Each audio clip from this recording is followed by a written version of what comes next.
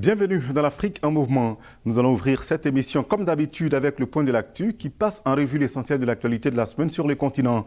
Et la deuxième partie, le best-of, vous proposera des extraits de certaines productions de Midi 1 TV Afrique. On démarre dans quelques instants.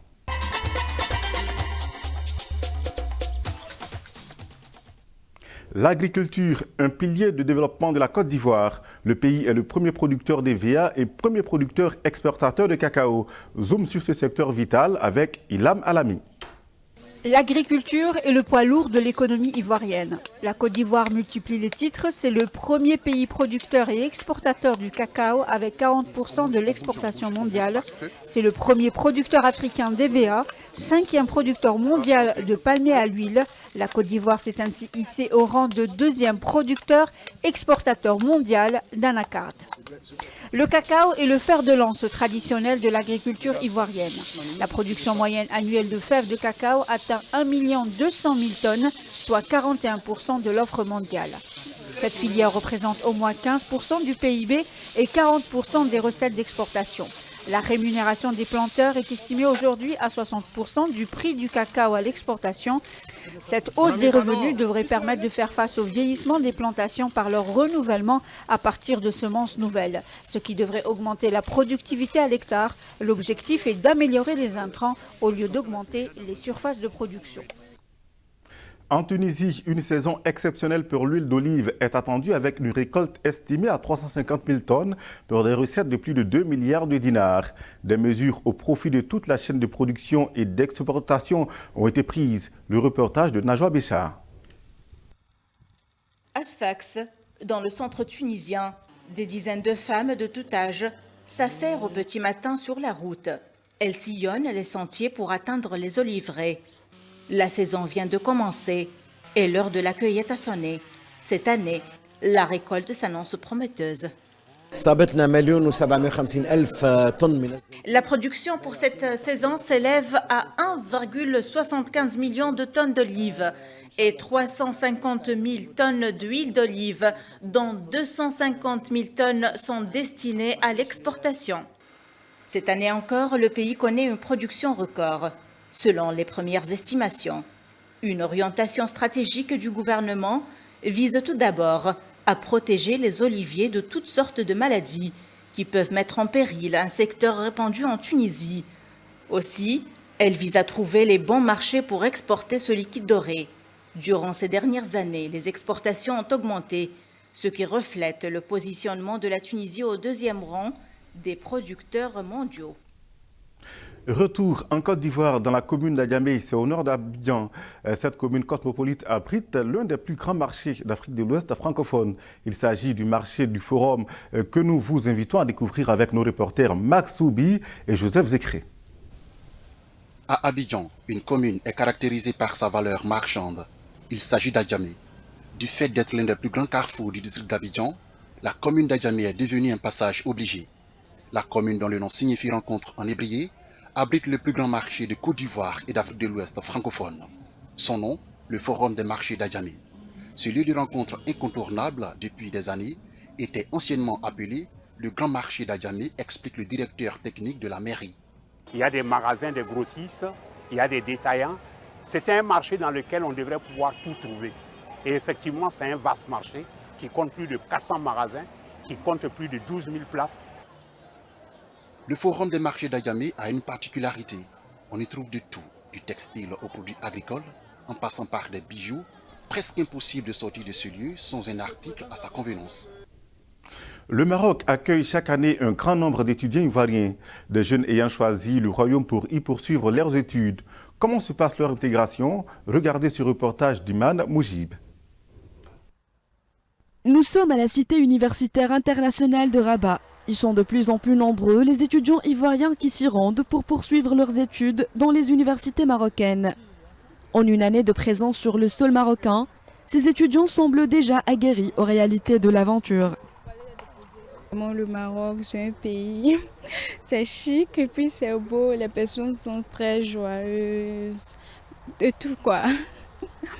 Donc vraiment, je me sens bien ici, ça va. L'intégration au Maroc, c'est bien passé dans l'ensemble. Ça n'a pas été facile au début à cause du changement d'abord climatique, ensuite changement horaire et ici la langue. Parce que d'abord apprendre le français en Côte d'Ivoire et ensuite venir s'adapter à l'arabe, c'est un peu complexe. Alors il m'a fallu au moins pas mal de temps pour m'y habituer. Avec les cours aussi à l'école, ça se passe bien, souvent en arabe mais souvent en français, la plupart en français en tout cas. Afin de surmonter la contrainte linguistique empêchant l'apprentissage, un centre de langue est mis à la disposition de ces étudiants, facilitant leur intégration dans les universités, mais aussi dans le monde professionnel. Toujours dans le Royaume, la 17e campagne nationale de sensibilisation sur les violences faites aux femmes se poursuit. Une initiative du ministère de la Solidarité, du Développement social, de l'égalité et de la famille. La campagne s'articule autour de l'implication des jeunes dans cette lutte. Plusieurs acteurs ont pris part à l'événement. Les précisions avec Ala Benani. La 17e campagne nationale de sensibilisation aux violences faites aux femmes se poursuit jusqu'au 20 décembre. Objectif, faire des jeunes Marocains des partisans et des défenseurs de la non-violence à l'égard des femmes.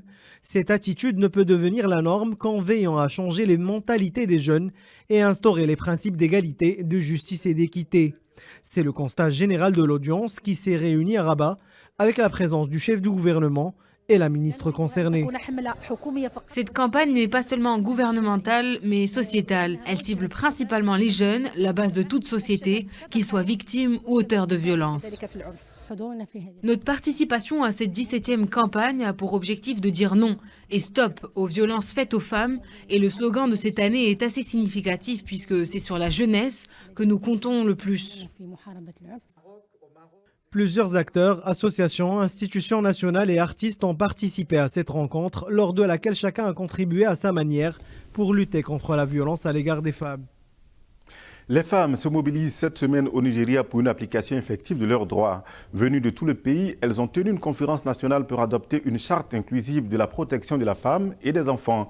Le reportage de notre correspondant à Abuja, Ali Cabré. C'est avec l'image du professeur Salomé Abou en toile de fond que les femmes du Nigeria ont tenu cette conférence nationale pour les droits de la femme nigériane. Cette dame a été tuée à son domicile, brûlée vive lors des violences électorales dans l'état de Kogi il y a seulement 10 jours. Une semaine durant, ces femmes venues de toutes les contrées du Nigeria ont passé en revue les thématiques liées aux violences contre les femmes et les filles, à la santé et aux droits de la reproduction, la participation des femmes aux décisions politique, à la paix et à la sécurité, à l'éducation et à la révolution technologique. Toute une série de thèmes qui englobent la problématique des femmes nigérianes aujourd'hui.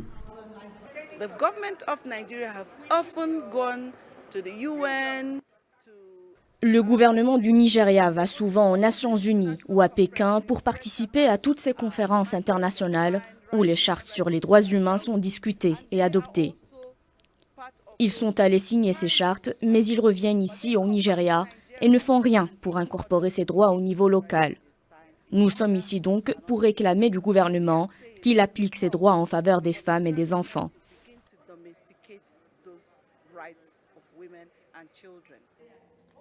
Toujours victimes de pesanteurs socio-culturelles, les femmes nigérianes subissent encore des discriminations liées au genre, une condition qu'elles veulent changer afin d'ouvrir de nouvelles opportunités et contribuer à part entière en tant qu'actrices au développement de la société. On parle culture cette fois. En Côte d'Ivoire, un genre musical fait parler de lui depuis le début des années 2000. Il s'agit du coupé-décalé, conçu pour amuser les Ivoiriens dans une Côte d'Ivoire à l'époque touchée par une crise. Aujourd'hui, cette musique reste incontournable en Afrique subsaharienne, voire au-delà. Comment est-elle née et comment a-t-elle évolué? Qui sont les principaux acteurs qui ont fait du coupé-décalé une musique d'avenir? La réponse dans cet élément, signé Sandrine Bamba et Ange Wilfred Goué. Le coupé-décalé, véritable phénomène de société, est né en 2003 dans les boîtes de nuit parisiennes et londoniennes. Œuvre de la diaspora ivoirienne, son créateur Dousaga et ses amis de la jet set, le Mollard, Lino Versace et Seydou Falé, Borosangui, Solo Béton, Abdoul de Bamba, sont les figures qui ont introduit ces rythmes toniques inspirés des percussions ivoiriennes et congolaises en Côte d'Ivoire.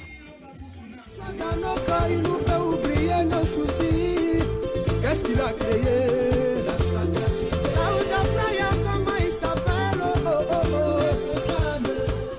Alors que la Côte d'Ivoire est scindée en deux par une crise militaro-politique et faisant face aux médias d'État qui bombardaient les citoyens de chansons patriotiques, Douk Saga et sa bande s'apprêtaient à venir faire la promotion de leur concept La Sagacité à Abidjan. Un concept qui ne parle pas de guerre, mais d'amusement.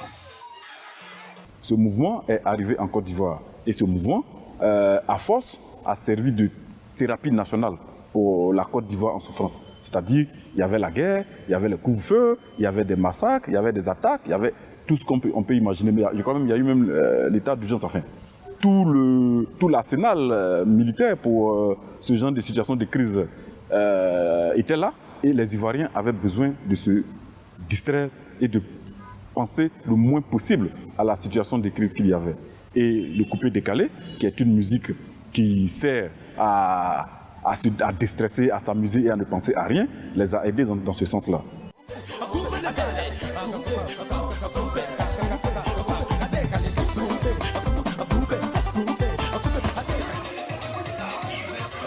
Concept futile mais fédérateur, très vite c'est tout le pays qui vit au son de cette nouvelle trouvaille des ambianceurs, DJ et animateurs qui font le boucan dans les discothèques de la capitale.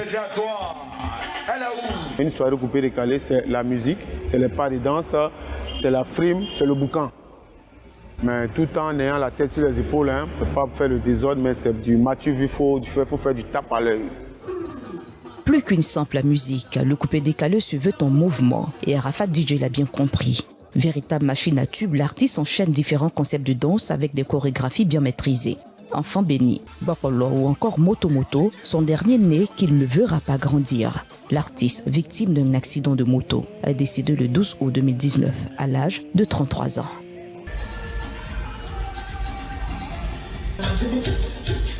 L'annonce de sa mort accidentelle a provoqué l'émoi dans tout le pays. Des milliers de fans, la Chine comme il les appelait, sont restés fortement mobilisés jusqu'à l'ultime séparation avec leur idole. La star du coupé-décalé qui occupait une place proéminente sur la scène culturelle ivoirienne. Avec 10 albums sortis, Arafat DJ avait gagné ses lettres de noblesse en collaborant avec des artistes de tout le continent. En 15 ans de carrière, Arafat DJ avait réussi à glaner plusieurs prix dans la Cora, le Koundé, les awards de la musique avant d'être décoré officier dans l'ordre du mérite culturel ivoirien. Aujourd'hui, le coupé-décalé poursuit son chemin sans Douk Saga et Arafat DJ. Mais la nouvelle vague de DJ qui a espoir que le coupé-décalé continuera d'être une musique prisée de tous.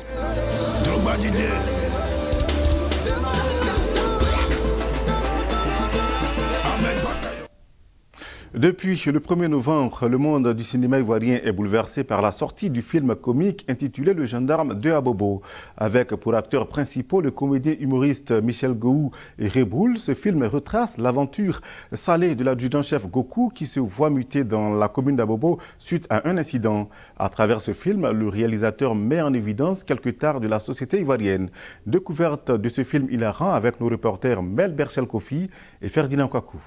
Vous me le mettez à Abobo. Je suis muté. Sérieux? C'est le succès du moment en Côte d'Ivoire. Le gendarme de Abobo, film comique, raconte l'histoire du gendarme Goku qui se coule la vie douce à la frontière entre la Côte d'Ivoire et le Ghana où il dépouille toutes les voitures qui passent. Le jour où il dépouille accidentellement la voiture du ministre de la Défense, il se retrouve muté dans le quartier populaire d'Abobo avec pour partenaire le fils illégitime du président de la République française qui a pour unique mission le démantèlement d'une cellule terroriste. Regarde derrière toi.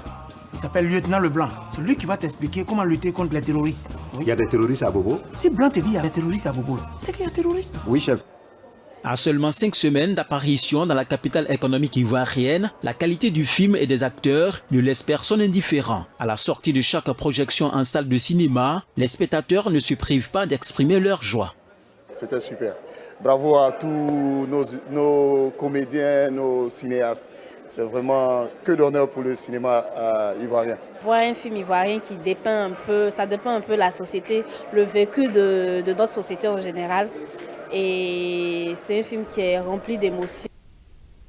L'Association marocaine des musiques andalouses et spirituelles de Tanger organise la 3e édition du festival Mawassim Khalida. Il se tient au centre culturel Ahmed Boukmak avec la présence de figures emblématiques du monde de l'art. Ambiance dans ce reportage de Mohamed Richi sur un récit d'Allah Benani. La ville de Tanger a rendez-vous avec les soirées musicales du festival Mawassim Khalida. Les spectateurs de la ville du Détroit peuvent apprécier de la musique moderne mêlée à de la musique andalouse ou encore spirituelle. Notre groupe est composé de différents artistes, musiciens, choristes. Nous formons une troupe de 35 membres et nous sommes très heureux de participer à cette 3e édition du festival Mawassim Khalida.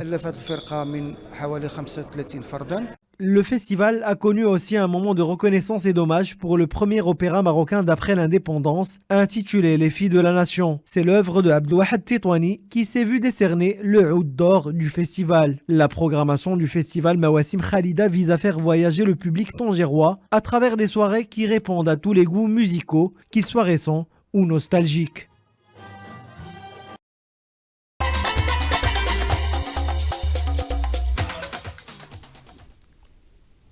Nous entamons la seconde partie de l'Afrique en mouvement avec Africa Tech, le rendez-vous des technologies sur Medi 1 TV Afrique.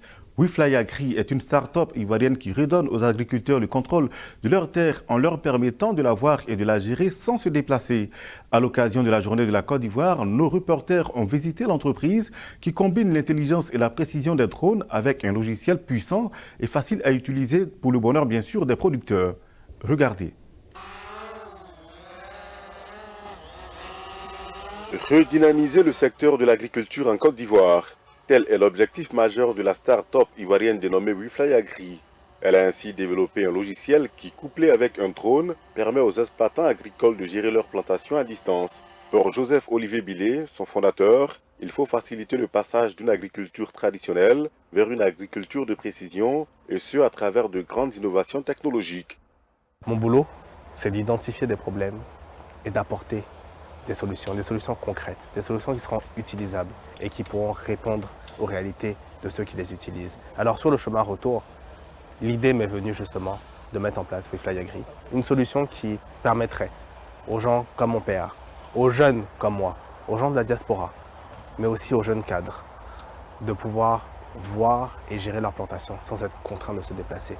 Le problème ici, c'était le manque de visibilité, le manque de transparence dans la gestion. Installé depuis 2017 au bord de la lagune Ébrié, WeFly Agri propose plusieurs offres à ses clients. Des offres qui, selon son premier responsable, facilitent la tâche aux exploitants agricoles du pays. Ce qu'on met à la disposition de nos clients, ce sont des orthophotos. Les orthophotos, c'est une vue du ciel de votre plantation, avec la possibilité de zoomer jusqu'à 5 mètres. On prend l'exemple en général de Google Maps. Google Maps s'arrête à une certaine altitude, notamment dans ces zones rurales. Là, vous avez la possibilité de zoomer jusqu'à 5 mètres du sol. Vous pouvez interagir avec cette vue. Vous pouvez zoomer, dézoomer. Vous pouvez vous déplacer dans votre plantation. Vous avez la possibilité de mesurer la superficie de votre terre. Vous avez la possibilité d'avoir la météo en temps réel sur le site, donc sur votre plantation. Vous avez la possibilité d'interagir et de communiquer avec vos employés, de leur envoyer des tâches en vous basant sur les images que vous avez vues. Vous pouvez leur envoyer des tâches et contrôler la productivité de vos employés. On ne fait pas que fournir une vue du ciel, on fournit également une vue immersive dans la plantation. Donc avec un casque de réalité virtuelle, vous avez l'impression d'être dans votre plantation, de vous déplacer d'un point A à un point B. Et c'est une super expérience qu'on offre. Le courage et l'abnégation de l'équipe de WeFly Agri lui ont en outre permis de glaner plusieurs lauriers sur le continent et ailleurs dans le monde. Mais elle ne veut pas s'arrêter là. L'entreprise compte développer d'autres stratégies pour s'imposer dans le secteur agricole en Côte d'Ivoire. Il tient à promouvoir la pratique du vélo dans les pays africains pour la préservation de l'environnement. Cela fait plusieurs années qu'Andy Costa, l'ambassadeur du vélo, sensibilise son pays et bien d'autres du continent aux enjeux écologiques et à l'usage du transport vert. Notre équipe est allée à sa rencontre.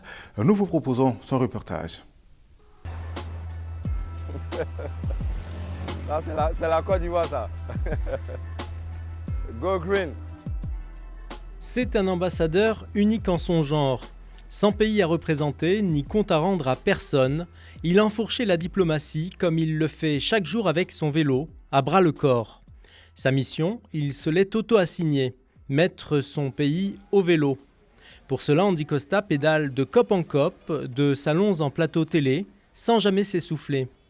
Nous sommes à Adjamé, un quartier populaire d'Abidjan, où depuis près de 9 ans, son Excellence, comme il aime à se faire appeler, vient régulièrement plaider la cause de la petite reine.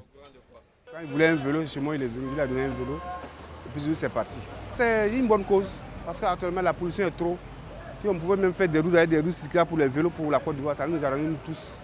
Parce qu'avec le vélo, ça a moins de pollution, puis ça donne la santé. Et la diplomatie du deux roues semble bien fonctionner. Pour les riverains, cet homme au casque vert fluo, toujours vissé sur la tête, fait presque partie du décor. Et sa cause ne leur est plus tout à fait étrangère.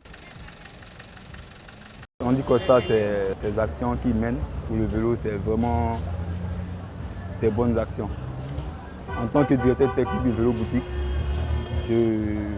j'exhorte toute population massive, motivée à se donner au vélo. Il y a d'autres qui préfèrent laisser les motos pour protéger l'environnement, moins de gaz carbonique. Bon. Franchement, c'est très bien ce qu'il fait. C'est quelqu'un que je connais bien, son combat est noble parce que ça permet de réduire la pollution, de créer un équilibre mondial qui permettra à plusieurs aux générations futures de pouvoir avoir une vie paisible. Dans un pays où la voiture est sacralisée, les deux roues, vélos ou motocyclettes, sont quasiment absents du décor. Abidjan, une mégapole de 5 millions d'habitants, voit circuler sur ses routes, voies rapides et échangeurs, plus de 500 000 voitures quotidiennement. Difficile dans cette jungle urbaine de frayer son chemin au milieu de cette circulation. Passez. Nous avons un véritable problème de sécurité lié à la mobilité douce en Côte d'Ivoire à cause de l'incivisme de certains chauffeurs et le manque de pistes cyclables. Mais les nouvelles sont bonnes. Depuis un mois, l'État de Côte d'Ivoire a voté une loi pour la création de pistes cyclables en Côte d'Ivoire. Big up. La première, de 8 km, sera construite à Grand Bassam dans le cadre du projet Promenade de la mer. Mais le plus célèbre cycliste d'Abidjan a 1001 projets pour sa ville. Abidjan a sa journée Bike to Work, au boulot à vélo, pour encourager son usage sur les trajets entre la maison et le travail. Le plateau, quartier des affaires de la capitale économique, est en train de se doter de bornes, les Abidjan Bikes, et des livraisons à vélo sont annoncées du côté de la Poste, qui ambitionne de créer une 50aine d'emplois. L'objectif d'Andicosta, faire d'Abidjan rien de moins que la première ville cyclable et capitale de l'écologie en Afrique. Pour lancer cette initiative de mobilité durable en Côte d'Ivoire comme ailleurs, nous sommes confrontés à la même problématique. C'est d'abord l'usage du vélo doit être culturel. Et pour cela, nous avons besoin de beaucoup de sensibilisation pour que les Ivoiriens aient ça dans leur quotidien. Et c'est pour ça que nos projets sont très spécifiques. Nous avons décidé d'ici 2020 de doter l'université Félix Houphouët-Boigny de 500 vélos. Et pourquoi l'université? Parce que c'est eux les futurs leaders du climat. S'ils ont une bonne culture environnementale via leur mobilité, c'est sûr que quand ils seront dans la vie active, ils vont démocratiser l'usage du vélo.